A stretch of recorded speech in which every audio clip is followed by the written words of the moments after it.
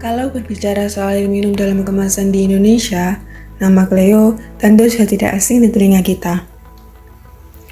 Di balik merek yang sudah akrab itu, ada sebuah perusahaan bernama PT Sariguna Primatirta Tbk yang telah lama berdedikasi untuk menghadirkan air minum berkualitas bagi masyarakat Indonesia. Cleo bergerak di sektor industri minuman, dengan fokus utama pada produksi air minum dalam kemasan. Produk-produknya dirancang untuk menjawab kebutuhan semua kalangan. Ada kemasan cup yang ringan dan praktis, cocok untuk berbagai acara maupun kegiatan di luar rumah. Ada botol dalam berbagai ukuran untuk teman setiap aktivitas harian. Dan tentu saja, ada galon yang sudah menjadi pilihan utama banyak keluarga dan kantor di seluruh Indonesia. Yang membuat Cleo berbeda adalah komitmen mereka terhadap kualitas dan kemurnian. Setiap tetes air yang keluar dari pabrik mereka melewati proses produksi yang ketat, memastikan bahwa apa yang sampai ke tangan konsumen benar-benar aman, bersih, dan menyehatkan. Kini, Cleo bukan lagi perusahaan kecil. Dengan jaringan distribusi yang terus meluas ke berbagai penjuru Nusantara dan fasilitas produksi yang modern, Cleo telah menjelma menjadi salah satu pemain besar di industri minuman nasional.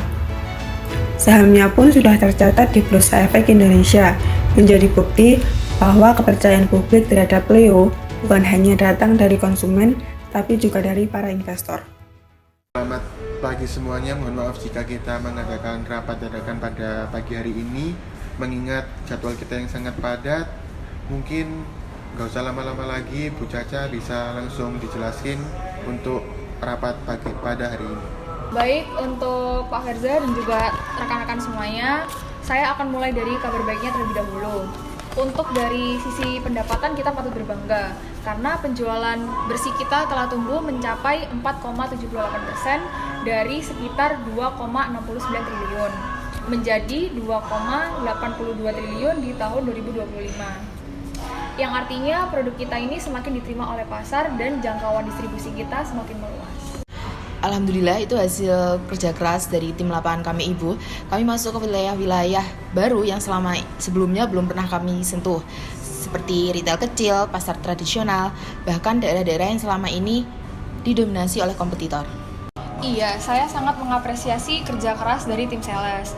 Tapi masalahnya ada di sini, Bu. Laba bersih kita ini justru turun mencapai 18%, menjadi 389,5 miliar dari tahun lalu yang telah mencapai 474 miliar. 18% itu angka yang sangat besar, Bu Caca. Saya kira dengan tambahan kapasitas pabrik-pabrik baru kita justru meningkat, bukan malah sebaliknya. Itulah yang seharusnya kita perlu pahami bersama.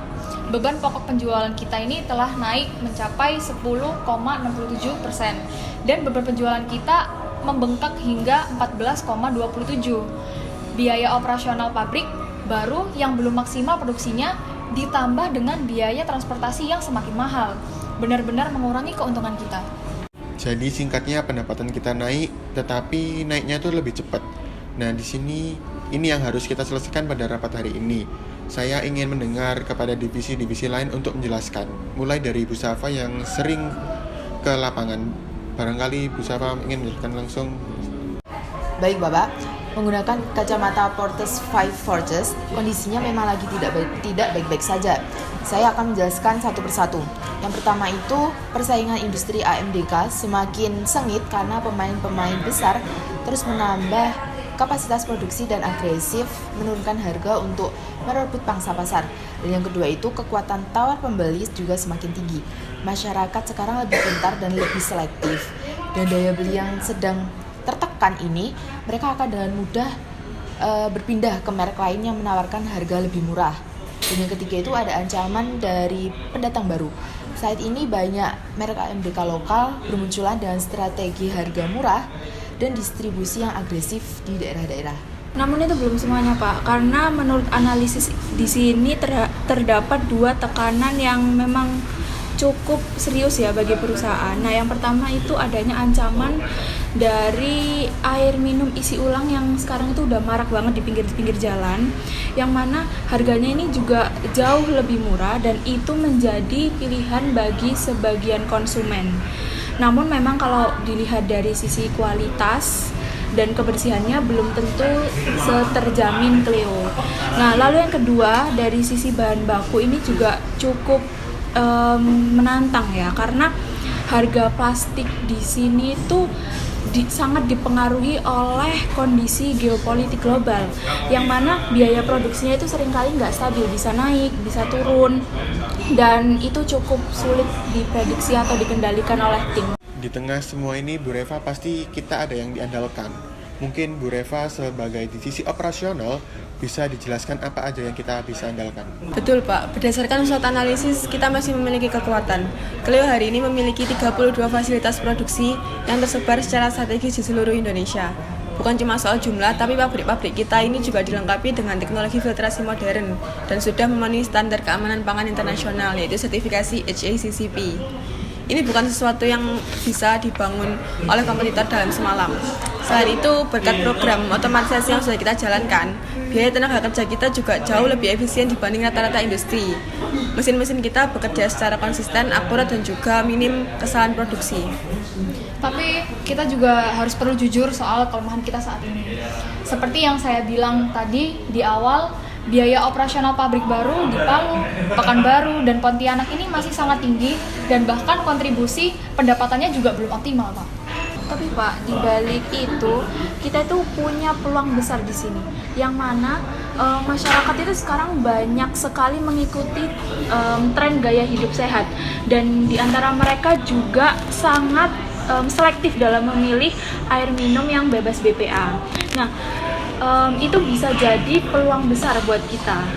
Lalu juga salah satu produk kita yaitu Cleo Light itu sekarang cukup diterima oleh banyak masyarakat dan di berbagai pasar gitu ya, yang memang mereka itu peduli terhadap kesehatan dan kondisi lingkungan. Adapun ancaman yang perlu kita waspadai Pak adalah kenaikan harga bahan baku yang tidak menentu, serta regulasi lingkungan yang semakin ketat terkait penggunaan plastik. Tapi justru karena itu, komitmen ESG dan juga inovasi kemasan kita ini menjadi semakin penting. Setelah mendengar ini semua, apakah kita harus mundur atau berhemat besar-besaran? Justru kalau dilihat dari BCG Matrix ini Pak, Cleo itu ada di posisi stars, yang mana industri AMBK ini masih bisa dibilang terus bertumbuh dan masih sangat kuat gitu. Jadi yang kita butuhin sekarang itu bukan hanya sekedar penghematan ya, tapi lebih ke strategi cerdas untuk melakukan inovasi di operasional, lalu pelayanan pasar, dan pengelolaan biaya perusahaan. Saya setuju. Kita berarti fokus kepada 3 pilar, yaitu optimalisasi kapasitas, agilitas distribusi, dan integritas keberlanjutan. Kenapa? Karena kita ingin mempercepat pabrik di luar Jawa sehingga memotong jalur distribusi agar ongkos kirim kita lebih murah. Selain itu, kita bicara efisiensi untuk hari ini, mungkin bagaimana Cleo itu bisa tumbuh secara bertanggung jawab untuk jangka panjang. Bu Caca, kita perlu smart strategy untuk mendukung ketiga pilar itu tadi.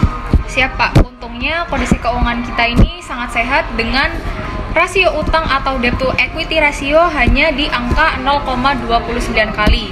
Nah, kita punya ruang finansial yang cukup baik untuk berinvestasi tanpa harus khawatir soal beban utang. Strategi di atas kertas itu mudah, tetapi yang sulit adalah eksekusinya, teman-teman. Kita punya banyak karyawan dari Sabang sampai Merauke. Bagaimana kita memastikan semua orang itu bergerak dalam satu arah dan semangat yang sama? Nah, menurut saya jawabannya itu ada di budaya perusahaan itu sendiri Pak, yaitu budaya cinta. Cleo sendiri itu punya 4 nilai DNA, yaitu customer focus, integrity, teamwork, dan juga agility. Kita akan memperkuat program pelatihan internal agar setiap karyawan ini baik dari level operator pabrik hingga manajer memiliki bagaimana kontribusi mereka ini dapat langsung berdampak terhadap profitabilitas perusahaan. Di sisi pasar sendiri itu, tim kami akan memperkuat edukasi konsumen melalui strategi pemasaran terintegrasi atau IMC yang didukung oleh promosi digital di platform seperti TikTok dan Google Ads. Selain itu, kami juga akan menyelenggarakan berbagai kegiatan yang berskala besar seperti Cleo Fest untuk meningkatkan keterlibatan konsumen, memperkuat hubungan dengan pelanggan, serta menjaga loyalitas mereka terhadap produk Cleo sendiri. Nah, kalau dari sisi rantai pasok dan keberlanjutan, saya memastikan untuk PLTS ini diperluas di seluruh pabrik. Gunanya adalah untuk efisiensi energi jangka panjang yang mana ini sejalan dengan komitmen ESG perusahaan kami. Rekan-rekan, penurunan laba pada tahun 2025 hanyalah fase ekspansi. Kita sedang menanam benih agar tahun ini dan tahun berikutnya itu kita lebih tumbuh dan double digit. KPI utama kita di tahun depan itu menekankan biaya overhead pabrik minimal 5%. Baik Pak, saya akan memonitor setiap rupiah yang keluar. Nah, semua pengeluaran ini harus menghasilkan dampak yang terukur. Evaluasi kinerja strategis juga akan dilakukan setiap kuartal agar kita bisa melihat program mana yang efektif dan mana yang perlu kita perbaiki. Nah, dari sisi operasional, kami akan memperketat pengawasan penggunaan bahan baku, efisiensi mesin produksi, dan juga distribusi antar gudang.